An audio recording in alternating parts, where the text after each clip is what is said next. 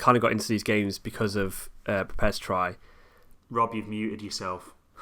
What? Did you mute Rob? No, I think I did that. I was going to say, I'm touching things! I was gonna say, I'm sure I didn't do that. How can you mute people? About. I don't know what it did. Why would you Sorry. do that? Why would you go pressing random buttons? You're a scientist. This is how coronavirus happened. Someone got out of the lab. Coronavirus infects your brain. That's why I'm doing it. It's experimentation. Sorry. Just want to start again, Rob? Yeah, probably. I don't know when I got muted. There's your cold open for the episode. Why are you muting things?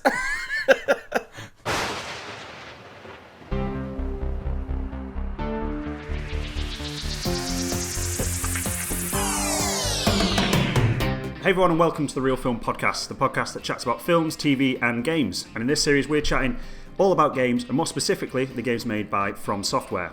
I'm your host Matt, I'm joined by Guff. Hello. Sam. Hello. And Rob. Hiya. But we're not actually together. And David's still a washing machine. Yeah. Like a lot of people, we're all at home because of coronavirus, so we're doing this over Skype. So if there are any little technical glitches, don't blame us, blame Corona. But I think we should be all right.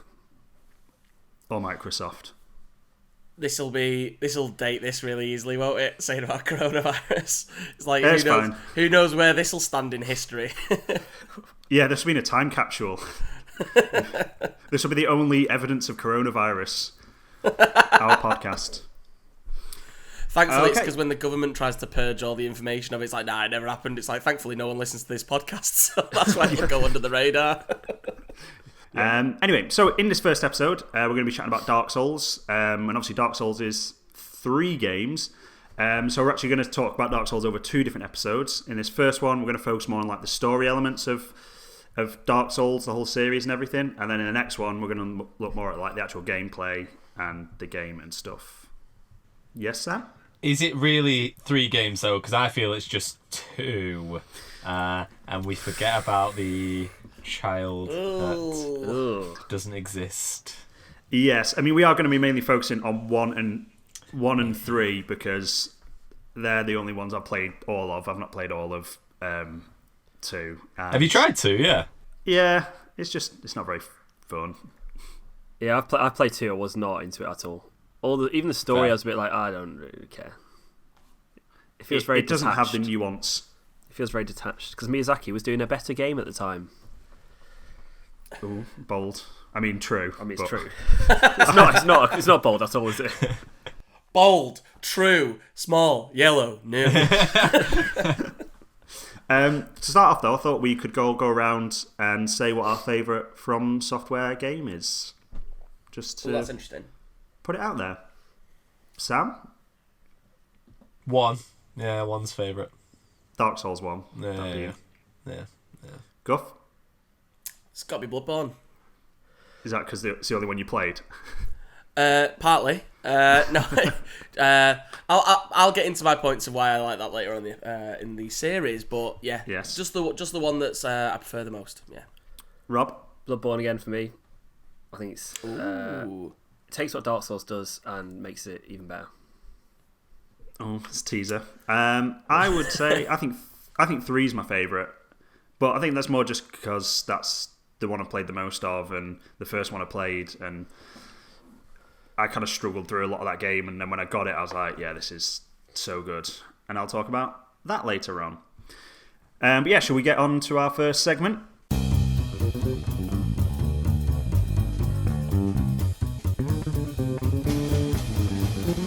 Okay, so I'm going to start things off with my segment, which I've titled Games as a Form of Storytelling. So obviously it's a little bit broader than just talking about Dark Souls in general. But I feel like Dark Souls for me epitomises what games can be as a storytelling device. And I think they get like a lot of stick from people going, they're a pastime, they're, for teenage boys, like, oh, they're being lazy, playing games, that sort of thing. But the way that Dark Souls tells a story is just, you can't tell a story like that in like any other media, like film and TV, because essentially, for those that don't know, Dark Souls story is told through collecting items and like reading item descriptions, like speaking to it like non-playable characters. Obviously you do that in normal games, but the fact you have to keep talking to them to get more information, and like every item you pick up has a description that tells you about who owned it, like why it's there. And that's the thing as well, like item location is so important as well, like where you pick items up. It's not just like a random drop of an item, like you're walking along and you just go, oh yeah, that's the thing that I've now got, and it's just there because that's how games work. It's there because for a very, very like specific reason. And I like the idea of like building the story yourself and figuring it out and putting it together almost like a jigsaw sort of thing. And I think there's loads of people that would appreciate that as a form of storytelling who wouldn't play like games and stuff like that. It's like, I remember speaking to my grandma about it, and I was like, I feel like you would love how this story is told and how they build it. But obviously my grandma's like 70. She's not going to like play, a game and everything. Rob, you got something to say? Can anyone? Apparently not, because he's muted his mic. Yeah, I think you're muted, mate. Fuck's sake. Literally, you were like, should we try and mute mics? Yeah. I actually don't forget to turn it back on. I had the cursor on the mute button, and then I must have slipped off because I didn't click it. Basically, my point, and I'm going to talk about this, I think, a bit in the next episode, is that you were saying, like, talking to NPCs and stuff. Like, the way the story is told with... I mean, there's a lot of exposition at the start of the story, kind of like a Lord of the Rings style prologue. But throughout the rest of the game, there's hardly any exposition. It's all just like characters talking about things from their perspective and their version of a story, rather than like, like in most games you go up to someone and like, you need to go here and get this thing and do this. And Dark Souls is so much more subtle than that, and it's better for it. Definitely. Guff?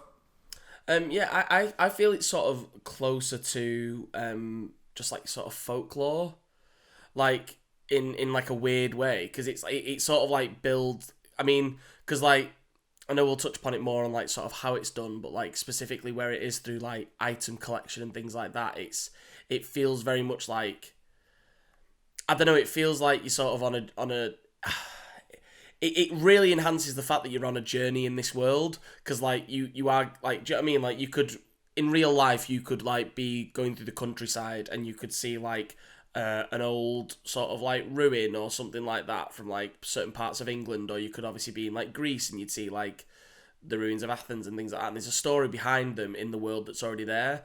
But Dark Souls, and especially sort of like Dark Souls 3, sort of really plays on that element, and I just think it's such a, it really sort of sucks you into that world, I think, by doing it that way. Yeah, definitely. It's like you just touched on saying, there is that like,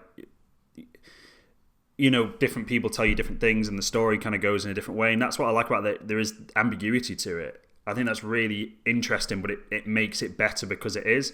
Like a lot of other forms of media, like TV, film, everything, if there's ambiguity, that's generally bad in those types of media. If you're like watching a film and then by the end you're kind of like, I don't really know what happened there, you would say that was a bad film. Like the only kind of exception might be something like Inception, where like the spinning top creates a discussion. I think but for the rest of the film, it's got to be quite clear on what happens. It's that last moment at the end that makes you go, "Oh, what is happening there?" And you can have a discussion about it. But generally, ambiguity is considered like bad writing. But like in a game, I think it's amazing that you can piece it together yourself and figure it out. And you just have to look at the community that's like built up around Dark Souls, that everyone's got their interpretation, everyone's got their own little things to say about it. And I just think, I think it just gets really overlooked in terms of an art form and a storytelling media sort of thing by a vast majority of people. Like people kind of still say, when you say you play games and stuff, people kind of still have a perception of you, and you're just like, but you're thinking like, even that I was about to like criticize like Call of Duty then, by going, oh, do you think I just sit there playing Call of Duty sort of thing? And obviously Call of Duty do have stories to it as well. But this just isn't another level for me, and it's why I fell in love with it. But the thing is, as a player, you could easily not get any of that, which I don't know if I like or not. I think maybe, like, does it need to be more accessible, or is that the joy of it that it isn't more accessible? Because I think a lot of people would play it, not get any of it, and quit after an hour because they've struggled that much. Rob? Yeah, well, I did this. I don't know, we're talking about Dark Souls, but I did it with Bloodborne initially, where I played. I'd heard like those great reviews about it, and I played it, and then after about an hour, I was like, "What? I don't understand I don't understand what the story is. I don't understand how to play the game. I don't get the buttons. I don't get the combat. I don't get any of it." And I didn't play it for like probably like a year. But then what you're saying again about Dark Souls is like you might miss stuff. Like I miss stuff loads of stuff. So I've played like Dark Souls through, and then I've missed loads of stuff out. You miss different storylines out, but I almost think that's like a strength of the game, because then you can go back and you can play it a different way, and you can do different things with different NPCs. So each time you play it, you get a different experience, and each time you might have like a different NPC you do a boss with one playthrough, and the next playthrough you might let that Dark Souls person, that NPC die. So it's kind of like, I think it just rewards different playthroughs rather than it's a disadvantage of the game. You're missing stuff. I think it's more encouraging you to go back and play it again. Yeah, definitely. I 100% agree. Sam? Yeah, no, just to kind of echo what Rob was saying there, the replayability of these sorts of games, I think, is really one of the biggest sort of strengths I've got going for them. Because I mean, I've had games in the past where like I've loved playing the games, but the fact that you don't have that chance to replay and potentially have a completely different, like the end points to set. Well, actually, even that to an extent is different with this. But to the point where you could have like a totally different experience going through it is just one of the things that once people do see below the surface of just this game's solid, blah blah blah, like how it kind of was like maybe pitched when it first sort of came out. When you see below that you could go through and you could get attached to one storyline, or you could, I don't even know, just find a different area that you could literally miss entirely the first time through. I mean, I think that's really one of the key sort of things about going back. So I was just thinking about replayable games that I've ever actually gone back to replay fully through, and these are probably up there with the ones that I've replayed the most. I mean, I love Breath of the Wild. I've not gone back and replayed that yet. I mean, my dad's done it like 4 times. I think he's doing it right now as we speak, actually. Going through and playing it again. So that's his type of this, but in the end, it is a lot of the exact same things happening over and over and over again. So having those diverging paths that you can take really is just in itself like amazing that you can go through that. No, definitely. I 100% agree. Like, I've just started a new playthrough of it, and it doesn't feel stale at all. And like, I do love that about them. Guff? Yeah, I was gonna say like it's got sort of that element of like games like Mass Effect and games like sort of like is it like Detroit Becoming Human, like that more sort of recent game where it's like the idea of taking, because you have like, I think in like RPGs you can obviously sort of like join certain groups and things like that, and you can like sort of like maybe miss certain quest lines and things like that, but not quite to the extent that Dark Souls and Bloodborne do it. But I think it does almost play on that idea of, I think that's where the replayability comes from, is like, that's why those games like Detroit Becoming Human are so successful, is people go, I could get a completely different ending from this. And maybe that's not quite the same with Bloodborne and Dark Souls, because the ending sort of always, I feel like it's quite a guided path to the sort of ultimate ending of those games. You always sort of end up in the same boss arena at the end.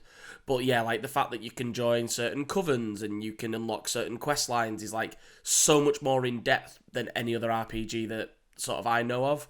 And I think it does sort of link more to those sort of like, I don't know what the technical term is for them, but like what if games, like the like what if very much like the Telltale games, like Walking Dead and like the Batman Telltale games, like where it's like every decision you make can sort of have even the fact that like there is NPCs in that game that help you, and if you kill them, no matter how integral they are to the game, they'll be dead.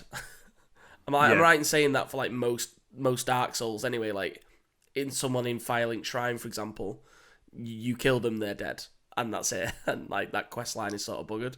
Yeah, essentially, yeah.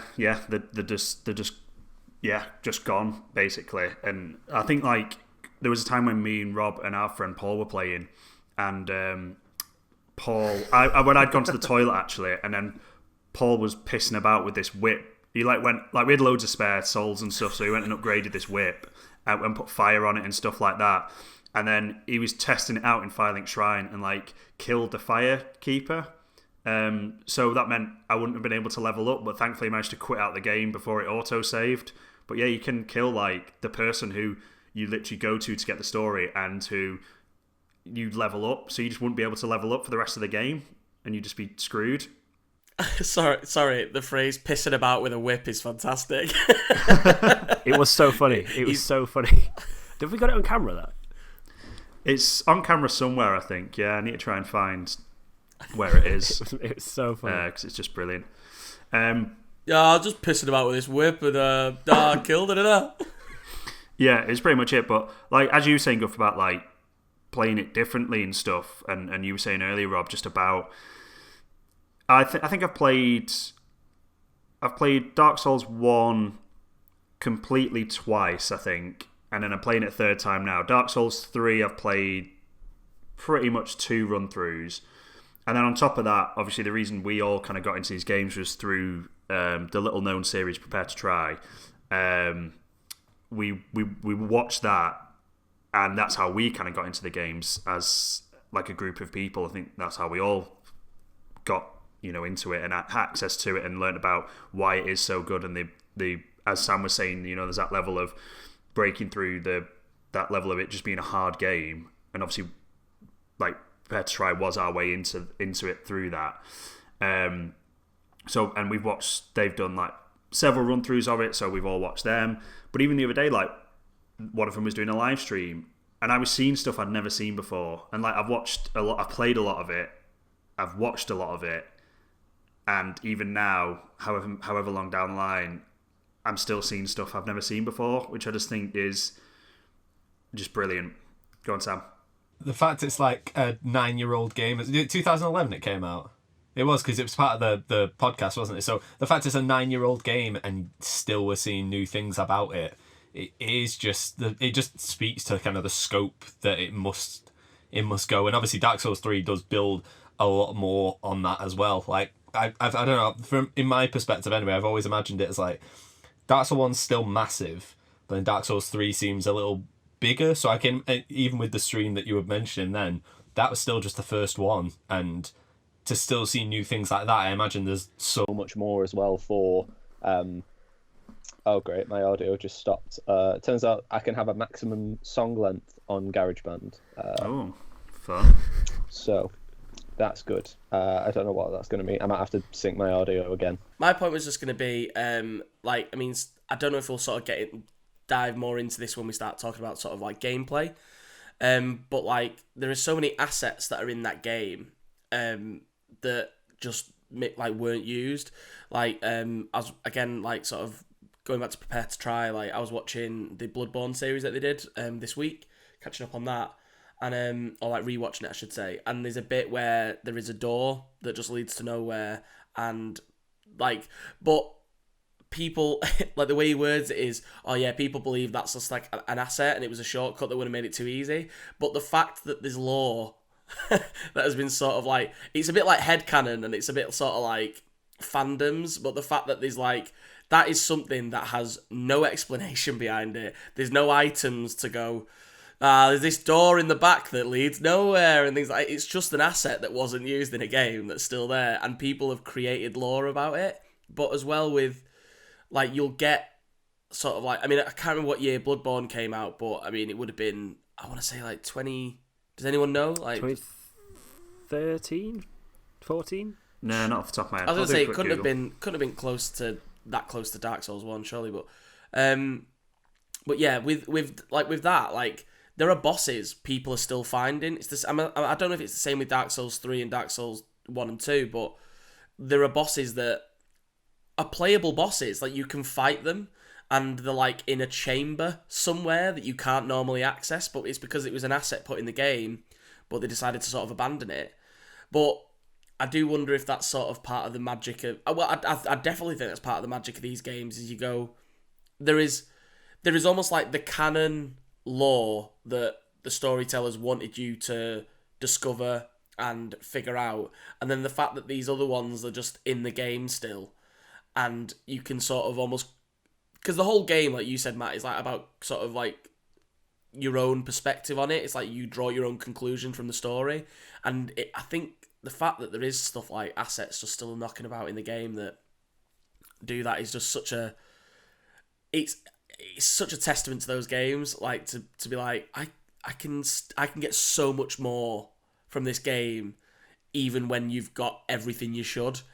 I think it's amazing. So good. Yeah. So the fact I think I got it for like Dark Souls 3 for like 25 quid or something, and I've probably played it for about 150 hours.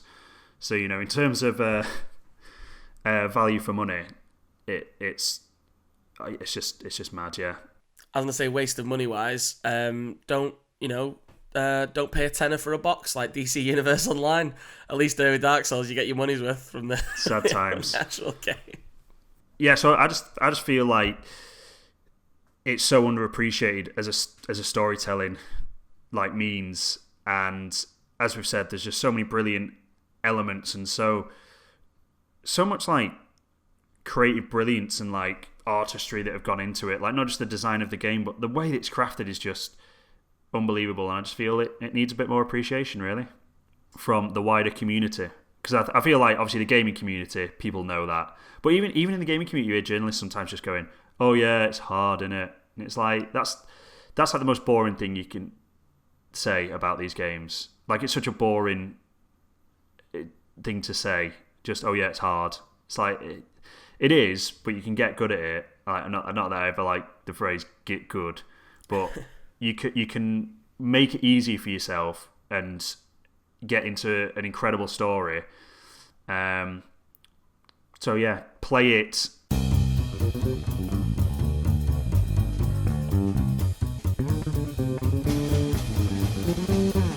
So my my segment pretty much is quite overlapping with yours, Matt, but it's probably a little bit different.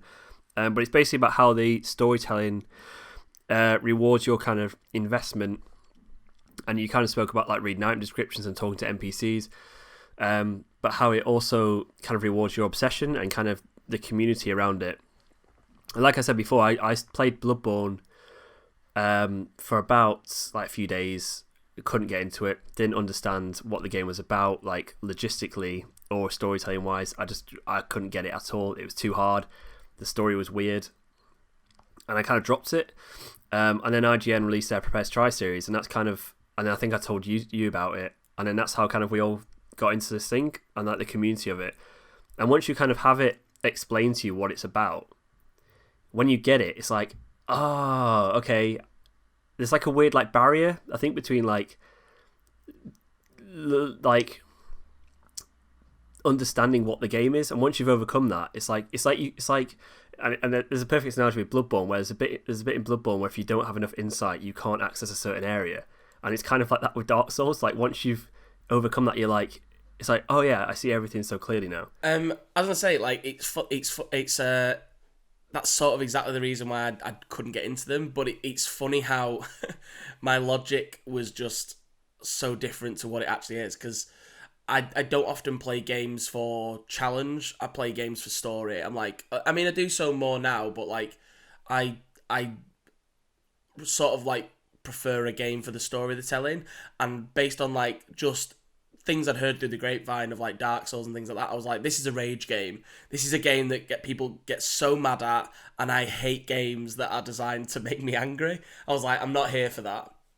So I remember being really disappointed actually, because when Bloodborne sort of came out, I was like, oh, this game looks right up my street, like hunting sort of like werewolves and vampires. I was like, I love shit like that. So I was like that's my favorite pastime, hunting werewolves and vampires. And I was like, I love that sort of stuff. So, but I actually, when I found out it was the makers of Dark Souls, I was like, oh, for Fuck's sake, God's yeah. sake, like I was like, I didn't want it to be that sort of rage game that I'd heard, but like it's funny that, like you say, as soon as sort of, because I think, again, Matt, you sort of introduced me and Sam to Prepare to Try.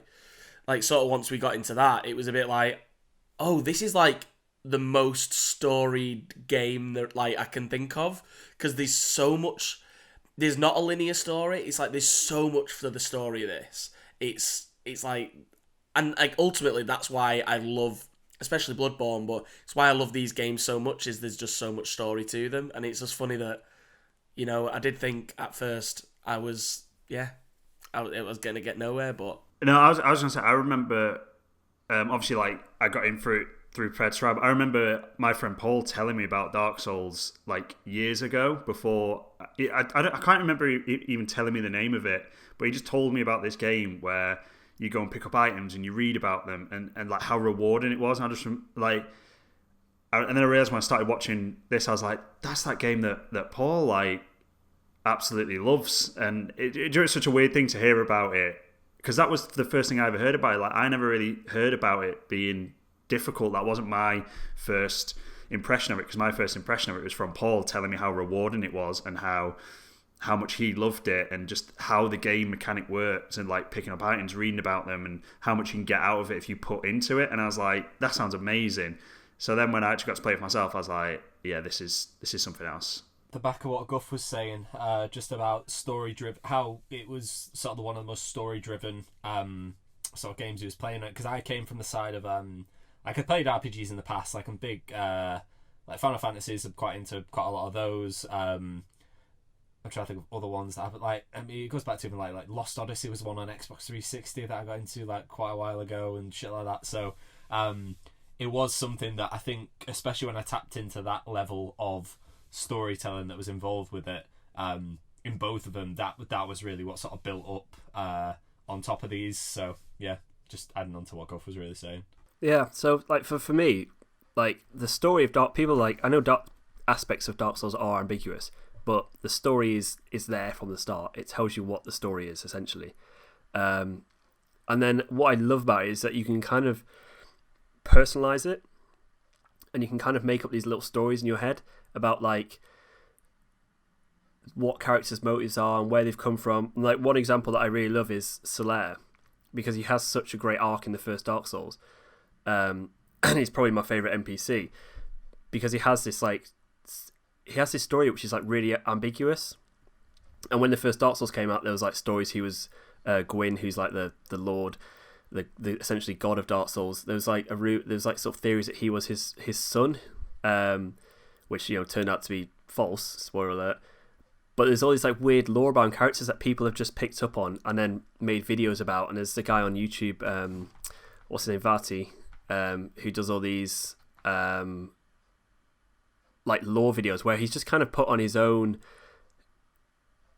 take on what certain characters are and what they mean to the story and where they've come from, which I really love by it. But like this, in the same way you can do that, you can have an experience with an NPC and then that is your story through Dark Souls. Like, each person I think has their own unique story through the game as they play it, even though their wider story stays the same. And that's kind of what I meant by it being rewarding is, yeah, if you bother to talk to all the NPCs, you get that connection with the NPCs. And if you decide to kill them or you decide to try and save them, like there's and I assume we're doing spoilers for Dark Souls here. There's not really much point in skirting around it, is there? So like there's obviously Solaire has this really tragic story where he's this warrior of sunlight and he's really powerful and he has all these like lightning spells, and then he in most people's storylines he also comes to madness unless you find a very specific way of saving him.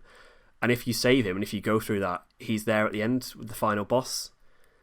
And that's just such a cool little thing to be like, because most people, you can't, how do you figure out how to save Solaire? Like, how many run-throughs would that happen if you didn't know about it? I mean, like 1 in 100, maybe, by chance? I mean, now you can save him because you go online and you see, this is how you save Solaire.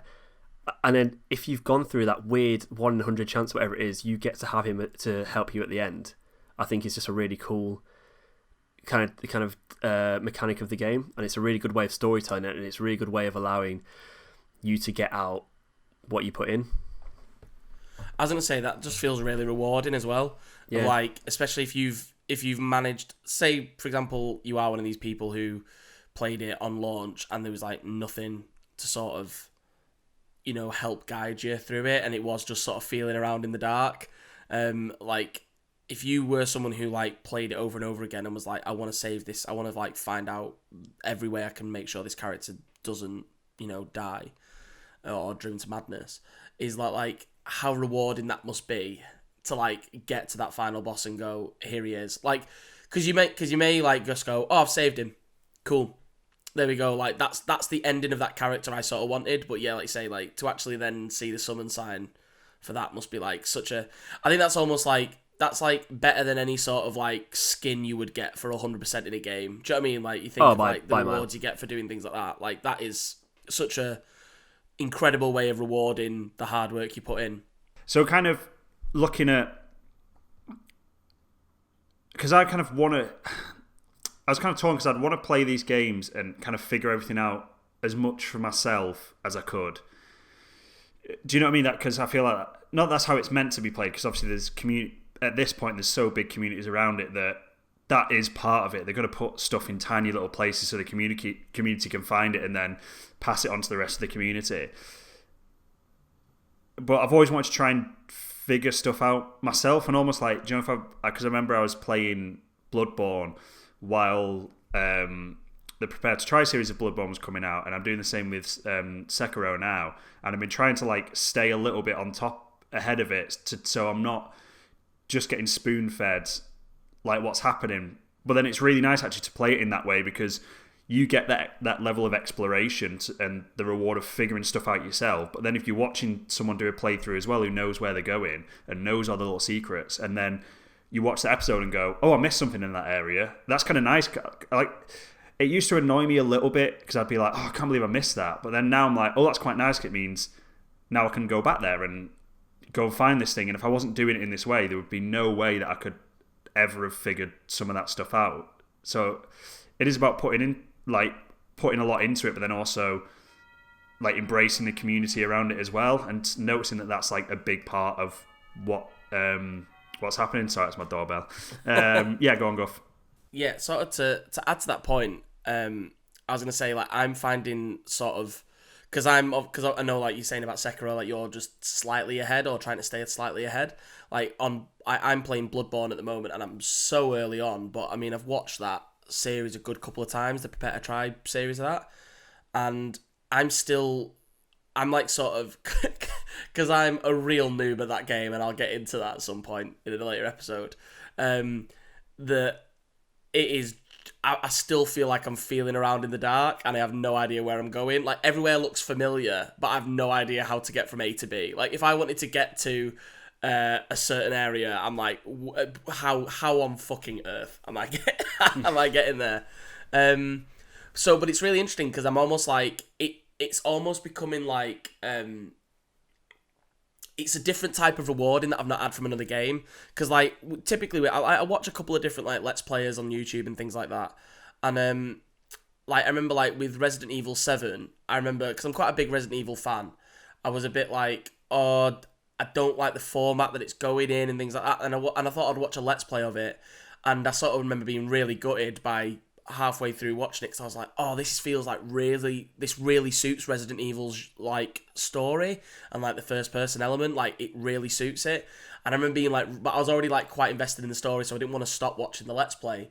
But I remember being like, I'm a bit gutted I didn't buy it now and just play it for myself.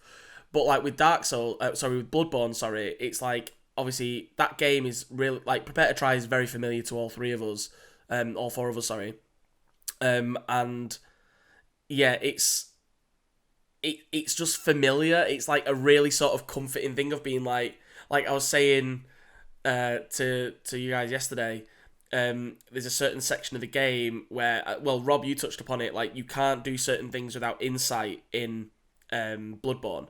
I remember going, like, I'm at this stage where there's this thing that grabs you that is invisible, and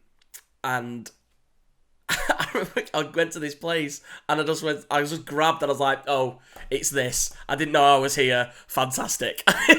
It was like, I'm familiar with the outcome, but I was like, I'd have no idea where I am. And it's like, it almost is like, oh, I'm here now. It's the weirdest, like, way to sort of describe this, but I imagine it's like going to like a film set and being like, or something, being like, oh, that's where that was, or look at that, that's over there, or like that's the Eiffel Tower. It's like I'm sightseeing in Bloodborne. Like it's weird, but sorry, yeah. Go on. That's it really. Yeah, that's my point. I think like the time and the effort and like the amount of reading you do and the amount of YouTube videos you watch and kind of the more you involve yourself in the community, kind of the more you get out of the game. And that's such a, I don't know if that's kind of the way. Obviously, it's not the way they designed it, but kind of the way they designed it has birthed this kind of. It's almost like Tolkien-esque level of sort of lore and history and stuff, and I just think that's really cool.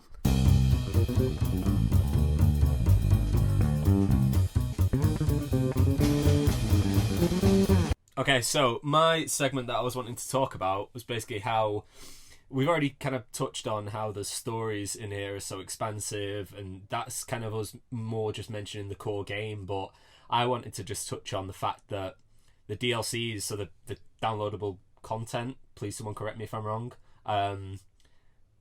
Yeah, I can see nods. I'm good.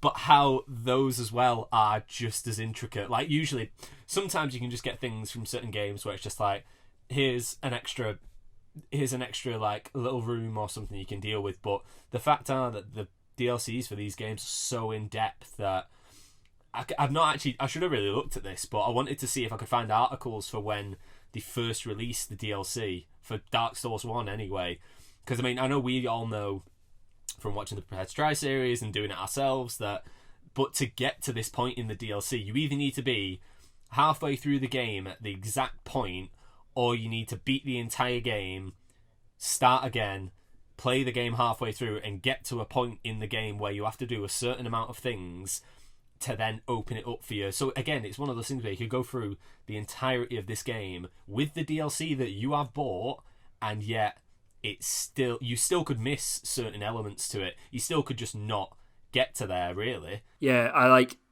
it's mad, isn't it? Like, I honestly would have played through those games and not figured out how to get to DLC. Yeah. Like, particularly Dark Souls 1. It is mad. How are you supposed to know what to do? Like, honestly, how... Sorry, am I right in saying that it's like just a little portal in the corner of a lake is how you get to the DLC? That's wild. No, so it's more than that. So you have to... it's guarded by a Hydra thing that you've got to kill. You then go behind, then you go round it, and then there's a golem that you have to kill. And then when you kill the golem, Princess Dusk comes out of the golem, and you have a chat to her, and she's like, "Oh, I'm from Ulasil, blah blah blah." You then have to go to another part of the game, Seath's library, and kill another golem there, and get like a pendant thing off them, and then go back to the place you've just been. And then there's a little portal that you go in where a big ugly hand pulls you in to the past. and wait for all this to blow over. Yeah. That's it. That's all you've got to do to access the DLC. Yeah, at least with Dark Souls 3, like, you just speak to the guy who's like praying at an altar and you touch a bit of cloth and then you get sucked in. You've still got to realise that he's a different character though. He's Yeah, you sorry, do. I'm not sorry for laughing at touching cloth. We're all gonna be touching cloth soon, am I right? Yeah. Paper shortages. But no, yeah. So well, even that. So the Dark Souls 3 DLC that's involved. Well, the 2 DLCs that are in on there. Yeah, because there's Ariamis is from 1, right? So it's what's it called? Remind me, what's the Dark Souls 3 one? Ariandale. That's it, Ariandale. Yeah, well, and again, it builds on the story there. So the whole Ring City DLC that you have coming in 3 builds on something you see in the very first cutscene from Dark Souls 1, where like people have theorized how these pygmies, or the furtive pygmy that had that part of the Dark Soul, part of the Lord Soul that helped overthrow the dragons. So it all links back into this big sort of like, well, I'm assuming they were trying to like tie the loose ends up of that, because from Dark Souls 1 and 2 there was no real mention of pygmies and things like that, but the fact that it doesn't feel like it's cheapening it or anything like that, the fact that it answers those questions that people have been having since that very first game, because in the first game you go collecting these Lord Souls, yet you never touch the one that the pygmy has. So I know that that obviously needed like addressing at some point anyway, which it feels like it does do in a very satisfying way anyway. I mean, the one that I did want to mention specifically though is the one from 1. So as Rob was showing off there, his little Artorias figurine that he has, the main That's man what I call himself. The main man himself anyway. That, I don't know, there's just something about the... Guffy, okay. Sorry, that really got me.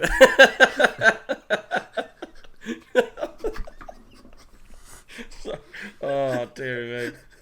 Yeah. I don't have anything else to add there. No, that's good. I was trying to think of like, could like the pubes be like Abyss Knights? I don't know. I was like, what's the comparison here? I don't know. Why? What did I even say? I thought I just said Artorias. You said about his little man, and he said that's what Oh, oh yeah. I didn't mean to say that, but he puts the hat on it as well. Just one ball's limp. I was going to say he's only got one ball.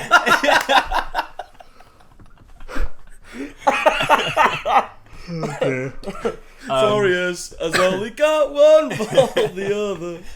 Back to football chants. It's in Ariandel. But well, the fact that the whole thing behind the DLC there, you go in thinking that Artorias is going to be this like well, it's the name of the DLC, and yet he's the second boss you end up. Well, you could end up fighting Calamite, I guess. But, no, because you have to get to that after. But the fact that you fight him at that point, it just leaves that big sort of question of like, right, fuck, if I've done that and this isn't over yet, what else is it going to dive into? And then it obviously builds on top of that. You get introduced to more characters, which, I mean, you hear about in the main story. I mean, correct me if I'm wrong, but the blacksmith at Analondo mentions Goth, or I know you pick up the Hawk Ring. Is it the Hawk Ring? Like behind him, and then it talks about Goth and everything being involved in there. So you get to see that, and also when you pick up obviously Artorias. No. Yeah, you can pick up the No, I'm thinking of the Leo Ring, which is Ornstein, isn't it? But you pick up another ring anyway, which mentions Artorias, and then you get in the Abyss Ring from his grave, and it all just interlinks that really nicely to expand on an already huge story. Like, I don't really feel like there's been a shiter of a DLC that's been added with these Dark Souls games that just hasn't satisfied that wider storytelling that it's so good at doing. But yeah, Guff. I was just going to say, it's one of those things where I don't want to compare it to the dreaded Star Wars. And I say dreaded nowadays. No, I don't want to compare it to that, but like, I think the fact that, I mean, we talked about it in our Star Wars podcast, but like, you know, there's so many sort of like spin-offs of that. And I think what's cool about sort of Dark Souls is, one, I think, you know, you truly made it when you have spin-offs that people really want to play. But I think the fact that, you know, I think it's something to be said about DLC, but I think, again, like, all these sort of intertwining stories, I sort of see Artorias as like, and I don't want to insult anyone here, because I know, Matt, at least, Artorias is your favourite character. But, oh no, it's the Abyss Watchers, isn't it? That's your favourite boss, isn't it, in Dark Souls 3? Sorry. But, well, they're sort of like his kids. So, shut up. I mean, they're not his kids by law. But I think it's the fact that he's like, he is, and he's the Darth Maul of Dark Souls, isn't he? Because he's the one that everyone's like, oh, he must be a badass. So let's see him. And I'm putting it out there. I can see Rob shaking his head. Have you fought him? I was going to say, have you fought him? It's fucking hard. He's only got one arm as well. Darth Maul was pretty solid. He's only got two. He's only got two legs. He's not got them anymore. Fucking Spider-Man, isn't it? We're not getting back into this. And there's That's just my point. That's my point. stunned silence now. I disagree I think- as well. I disagree as well. Right? That is a controversial topic I won't get into. But I think yet again, I think it's just that thing of going. There are so many characters that are sort of like hinted at and mentioned in Dark Souls that, you know, we didn't need to see him, but we did, and it's so much more rewarding. But it's that thing of just being like, yeah, it just enhances this world so much, and I think it's cool. I think Artorias is one of my favourites personally. Like, I think he's one of my favourite bosses. Actually, I think he's top. He's changing his tune, isn't he now? I would just like to say that Darth Maul. I like Darth Maul. I'm like, you might negatively look at that film. I love a bit of Maul, mate. I'm not getting into this. No, I would just like to say though that the opinions of David Guthrie do not represent that of real film as a whole. Shadow of the Colossus is a good game. He's No. fucked. No, yeah, I'm gonna kick him out of the chat. I think I'm tempted. What was the point? What were we saying? I think we were just talking about how like the DLCs are they seem like a satisfying way to expand on these already expansive stories, and they introduce these. Well, they don't even introduce these new characters. I mean, certain ones do, but they do build on these characters that you hear whisperings about, and it just gives you sort of a satisfying feel towards the story and how they play out. No, I was just gonna say it's interesting. Like you were saying that they really wrap up like the DLC in 1 and the DLC in 3, and I think as well the DLC in 2. That all of them, like most like DLCs in games, are just like additional stuff that you get like later down the line. You know, if it's like a first-person shooter, maybe it's some new maps or this and that. It's generally just kind of extras. Whereas with Dark Souls and like Bloodborne as well, and presumably Sekiro if they're doing it, that they do expand that story. They add so much that you know it is like just a defined part of it, and it finishes this. That's what it's strange that like it finishes off stories in the DLC. But it's not because the main game's lacking anything. So it's a really interesting way that they do use the DLC to, as Guff said, kind of characters that are hinted at, give you a bit more of them, but then also to completely wrap up the whole story. Like especially the Dark Souls 3 one completely wraps up the whole story of Dark Souls just in such a great way that I just don't think other DLCs do. For me, it's like one of those things where it's like you don't realise you need it until you've got it. And it, you know, someone I compare it to is Better Call Saul or El Camino, the Breaking Bad. So Better Call Saul is a Breaking Bad prequel focusing on Saul Goodman. Which, like, when you watch Breaking Bad, I remember when they announced that, and I was like, why are they doing this? Like, no one cares about Saul Goodman. What's the point? And I think it's better than Breaking Bad, and it is quite essential to his story. And then like El Camino's the same sort of thing where it's not. Again, you don't realise you need it. It doesn't. Breaking Bad isn't lacking because it's not got it in, but it's better because they've done it. And it's one of those things where you don't realise that it's important until you've got it. Yeah, I feel like it's almost a bit like Lord of the Rings Extended Edition. Like I see it like that that is the actual version of that film, and that adds like quite a lot to it. For me, like the DLC is just part of the games. Yeah, I mean, I think what's cool about the DLC, especially with stuff like that, is the first kind of major connection. You might have to forgive me for saying the first, because I don't know how much Artorias is mentioned prior to fighting Sif, but obviously Sif is the sort of biggest connection in that game that you get in Dark Souls 1 to Artorias. For those who don't know, Sif is like Artorias' pet wolf that you fight sort of at his grave. It's sort of implied later on, and she's there to sort of guard it. But it's this whole thing that's an enemy that I think at the end of that you go, oh, I don't feel good about killing this lovely dog. Actually, I don't feel too great about that. And I think that's the first boss that you kind of go, oh, maybe this isn't just me fighting a load of demons and things like that. And I think it's, again, like going into the DLC gives you that perspective, because again, it's that whole thing of there is almost like, I think with Dark Souls, there's almost like the history written as it should be. So obviously spoiler for like Dark Souls 1, but there's that whole element of when you go to Analondo, it's all bright and it's all pleasant and it's all as people wish Analondo to be. But there are obviously certain decisions you can make in that show the true version of Analondo, where it's been abandoned and things like that. And again, that's like hidden stuff in the game, which is cool. But I think that is that whole element of Dark Souls, which is like fueling your own story, like you said, of like going, you explore all perspectives and you sort of gain the real story from it. And I think, going, because that's, you go back in time in that DLC to fight Artorias, because he's no longer around in the main sort of time frame that you're playing it in. And I just think it's cool that they give you those opportunities to expand that story in that way. Well, we'll just wrap it with this. Well, all you need to know: DLC good, Dark Souls good. Giz it.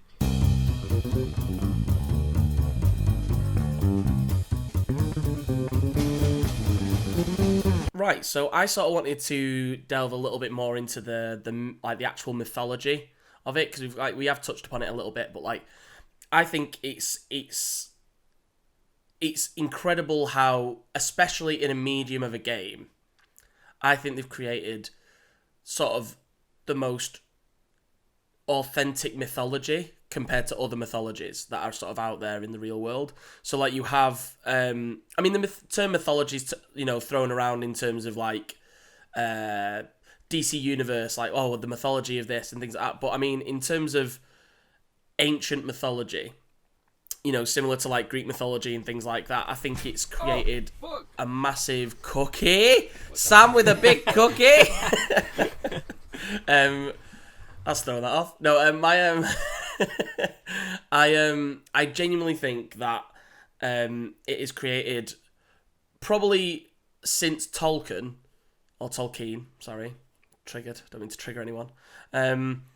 That's sort of been around, and the fact that it comes from a video game, I think, is fantastic. But yeah, I think like it's the fact that, for those who don't know, like a really brief explanation of the sort of mythos is like, and a really sort of like watered down version of it is, there's the world's ruled by dragons.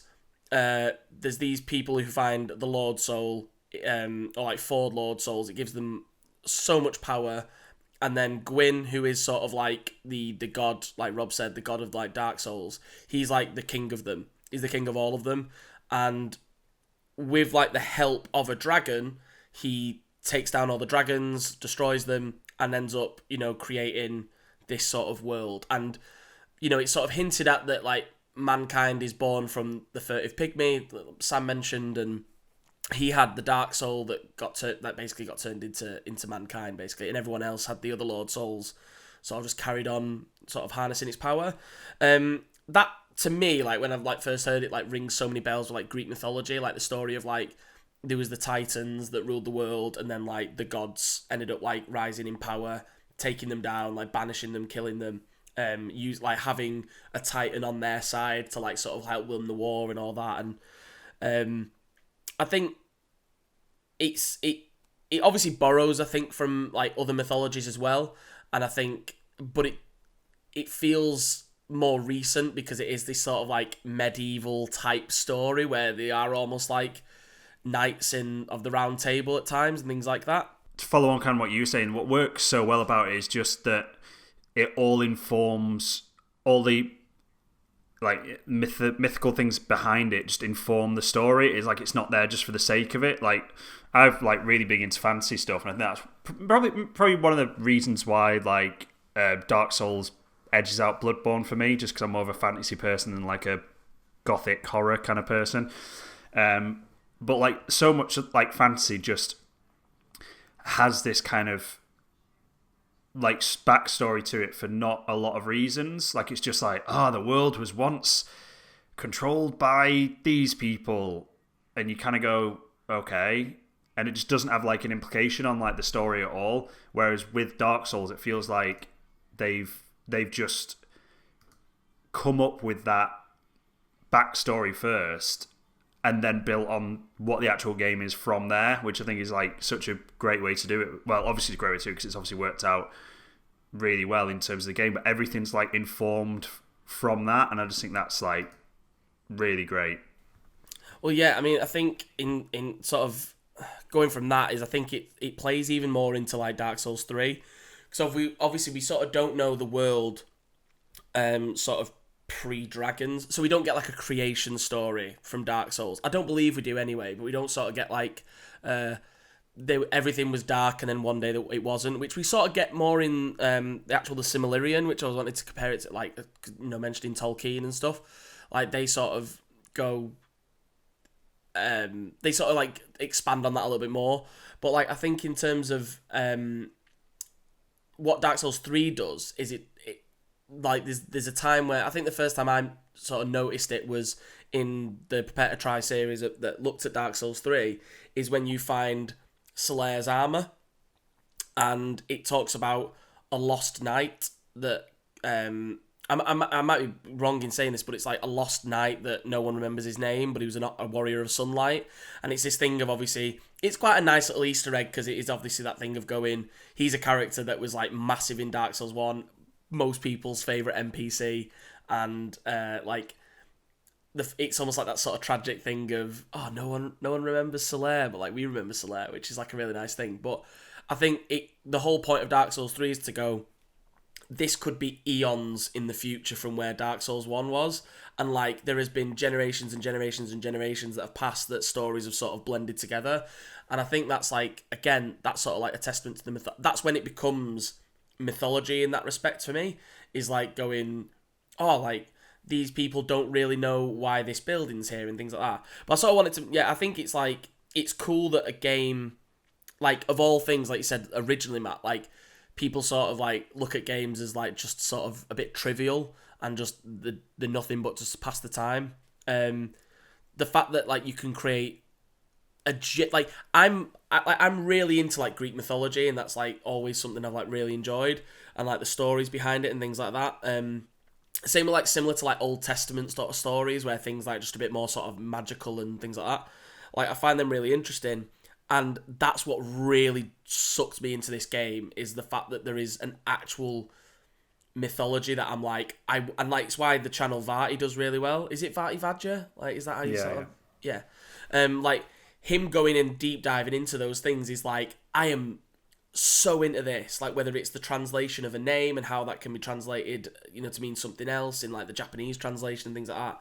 And I just go, the fact that you've sucked me into like a mythology that you made up less than 10 years ago, the same way mythology in our real world sucks me in, like that's been around for thousands of years, is amazing.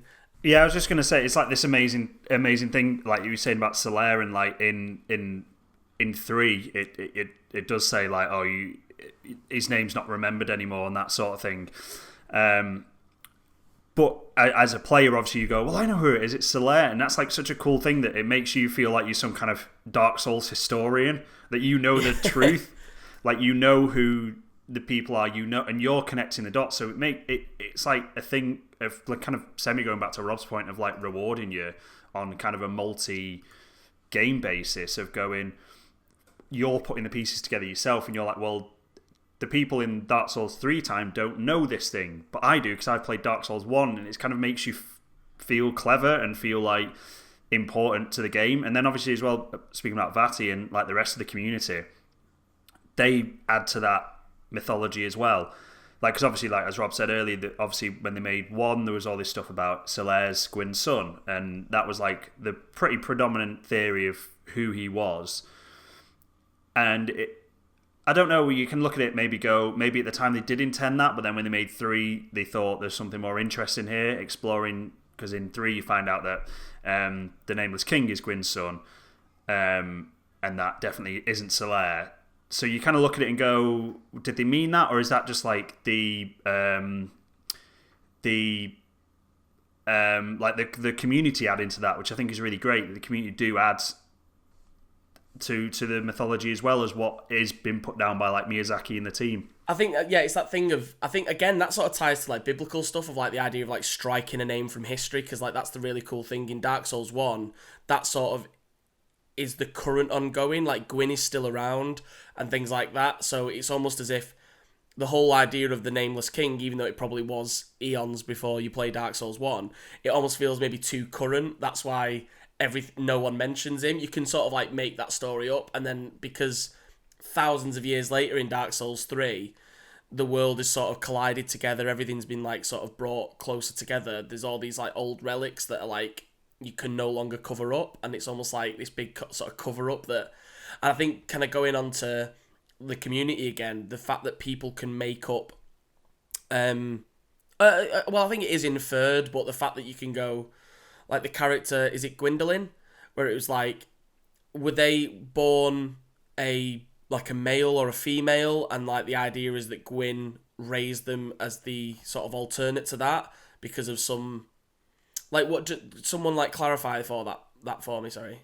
Isn't it? It was born a boy but then raised as a woman. Yeah, so I think it's along those lines because so it's because like again like when you find him, her, they have like moon like magic and things like that, and it's like that's when you look at the rest of the lore of Dark Souls, it kind of infers that that's like a female magician, but it's the fact that it's all this thing of like you can link that back to like that's Gwyn having a personality. He's not just this character that you go and fight with like a really basic storyline. Like that's bits of lore that go, this is who Gwyn was. Like in the same way that like you'll watch, you know, films about Greek mythology and Zeus is like, oh, Zeus was a warrior and he's the king of all gods and things, but you know, there's like those little stories where he's like, well, actually, he's a bit of a bastard. He's going down like impregnating women, being sordid and being like horrible and like just punishing people, and it's like it adds personality to these characters that, quite frankly, you don't really need in a game. But again, it's that it's just such immense world building for. I think it's fantastic. But sorry, Sam, you had a point before. Okay, he's scrapped it. He's giving me a big wave. Nah, I'm good. No worries. But yeah, that's my point. That I think it's amazing they've created a mythology. There we go. Yes. Yeah. Brilliant. Go foul.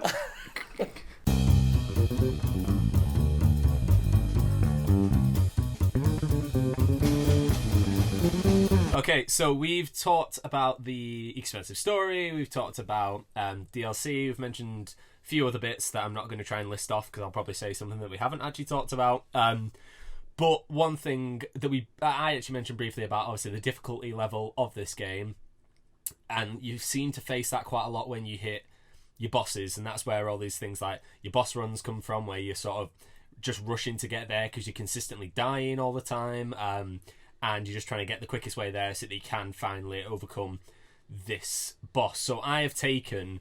Now, I think in total there are about 22, 23 actual bosses in the game. I have shortened that down because some of them I just couldn't be arsed with. Like,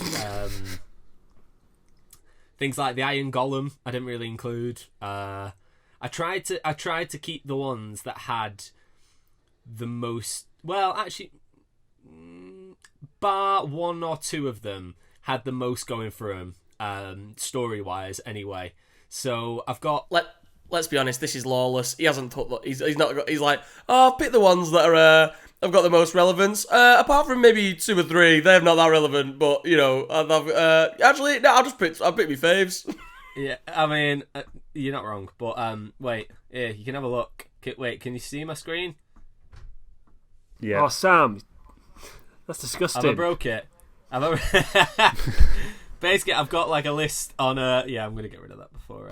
I got a list of 10 that we're going to choose from to get the top. If I've missed anyone's favourite, forgive me. We can have honourable mentions. Forgive me. Yeah. because I couldn't give a shit. But I've tried to build it like we had the Marvel movie ranking app, where it's basically you're given 2 options. Now, with the Marvel movie one, it's which movie would you want to watch right now? That's the question it asks you and gives you 2 options. I've got 2 for... I'm going to pitch it to you guys to see where we go with this. But there's 2 avenues we could take this. It's either which boss would I want to fight right now, or which you feel is your actual favourite of the characters. So which would you prefer we take this quiz down? I'd Yeah, go. prefer favourite. Yeah, so do I. But what about you two? Yeah, I'm Right happy now, with favourite. Yeah, I Right, think let's do- favourite can include sort of the best mechanically and the best story wise, can't it? So Yeah, Yeah, no, that's that's your true. That's favourite. true. Right, we're gonna go quickly through these because there's quite. It turns out that that ranking app that Marvel use, it's got a few layers to it. So I've had to make a div version of it that hopefully will give us a definitive list. It might not. We could end up with the same amount of points for all of them, but we'll see. Look at the Right. big brains on Sam. Right, so first one is Gwyn or Seath. Gwyn. Gwyn. Yeah, Gwyn. Yeah. I was gonna say yeah. I didn't expect that much deliberation for that one. I was expecting Because I was just thinking, I was like, oh, Seath's story's quite cool, but then I was like, the boss fight's a bit rubbish, and I think Gwyn's that a good boss yeah. fight and a cool story. So yeah. Yeah, that's true. Right. Okay. Well, on top of that, Seath Four Kings. Seath. Seath. Yeah, I think Seath. Yeah, Cool. Better Chaos Queelag. Queelag. Better Chaos is a terrible boss. No, Yeah. but that's not the thing. It's like Better Chaos is I don't know. It can influence your story. favourite, though. Yeah, story wise, Better Chaos for me. Queelag. Okay, Queelag gets it. Yeah, see, I do prefer the story of Better Chaos, but just how crap the boss fight is Yeah, just the boss fight is outweighs it. That cheapens it for me as well, to be honest. One sec, my laptop's about to die. I probably should have thought of this before starting this quiz. Complete fucking hell, Jesus Sam. Christ. I've got it. Right, next one. Ornstein Smile Capra Demon. Ornstein. Yeah. Yeah, see, I feel like I've got ideas of who's going to be some top contenders. Nito Better Chaos. Nito. Nito. Four Kings Nito. Nito. Gwyn Queelag.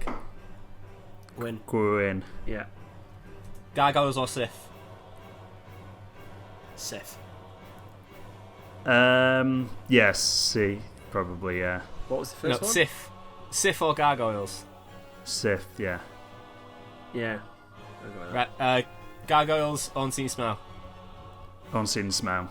Ornstein Smile. Yeah. Capra or Sith. Sith. Sith. Yeah. Right, we're getting. There are quite a few of these, so we're gonna speed run some of this. Sith Four Kings. Seath Four Kings. Oh. Sorry, Seath Four Kings. Seath. Seath. Wait, did we already have that? Fuck it, we'll have it again. Queelag Four Kings.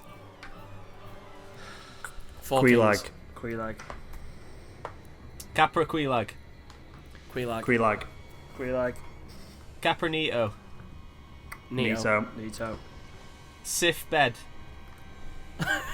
Sith. Sounds like I'm just ordering a Sounds like dog you're telling now. it. Sith bed. Get in the bed, Sith. That's an actual Sith. line of dialogue from Artorias, the DLC bit. Yeah. Sith bed. I mean, Sith, definitely. Yeah. Better Chaos or Nito. Nito. Nito. Ornstein Smile or Gwyn. Ornstein Smell. Ornstein the Smile. Fair. Seath or Gargoyles. Seath. Seath. Gargoyles, Ornstein Smile. Ornstein the Smile. Gwyn or Sith. Gwyn. Gwyn. Yeah, I think. Right, last few. We're seeing some contenders. Right, Four Kings Sith. Sith. Sith. Capra or Queelag. Queelag. Queelag. Yeah. Gargoyles Capra. Gargoyles. Oh, Rob. They're both a bit shite, so Yeah. don't worry. I These think aren't the Gargoyles, because definitive. you can get Solarian, can't you? For Gargoyles, so. Fair point. Okay. Fair point. Yeah. Nito Queelag. Nito. Yeah, Nito, I think. Yeah, maybe. Yeah, but Sith Four Kings. Sith. Sith. Gwyn or Better Chaos. Gwyn. Gwyn. Seath Ornstein Smile. Ornstein. Yeah. Yeah. Seath Better Chaos. Seath. Nito Gargoyles. Nito. Nito. Nito. Gwyn Ornstein Smough again.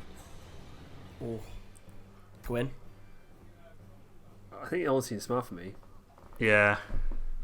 Right, okay. Our list then. We probably needed more questions so we could actually end up with a definitive list, but starting from the bottom, our lowest ranked...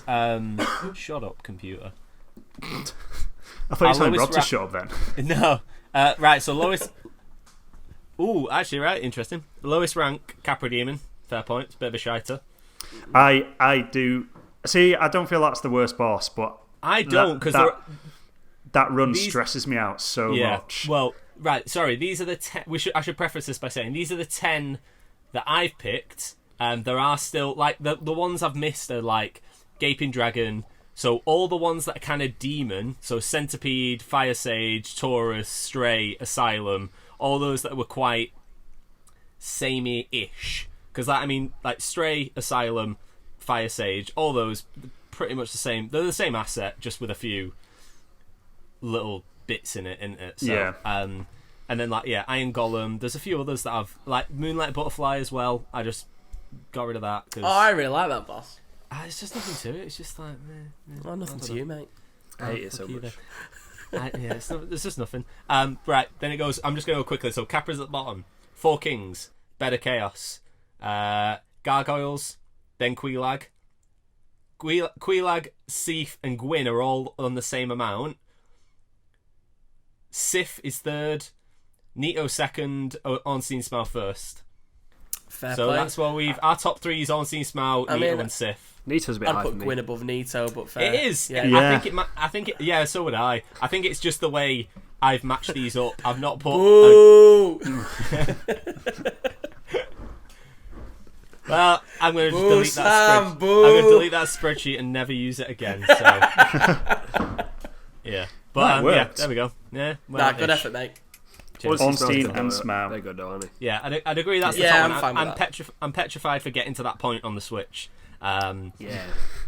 Yeah, it's not going to be a goodie. I might need a full day, but you know what? If we're all locked up, screw it. Why not?